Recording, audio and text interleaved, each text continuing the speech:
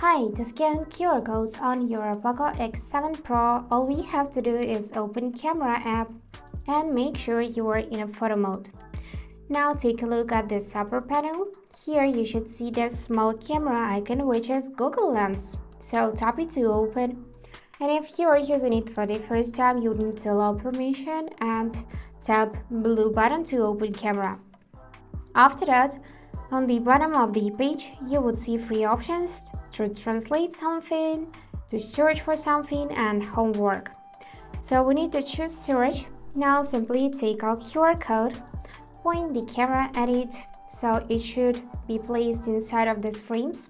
And now you can either tap this shutter button and open the website, or I can immediately tap this link on the QR code and its content would be opened immediately.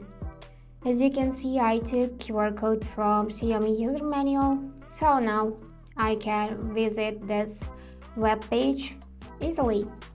And I can do the same thing if I just press this white button, so this website would be opened as well. And also you can tap here to open this tab, select allow access, allow all, and now you can choose something from your gallery to scan. So yep, that's it for today. If you enjoyed this video, please subscribe, like and comment.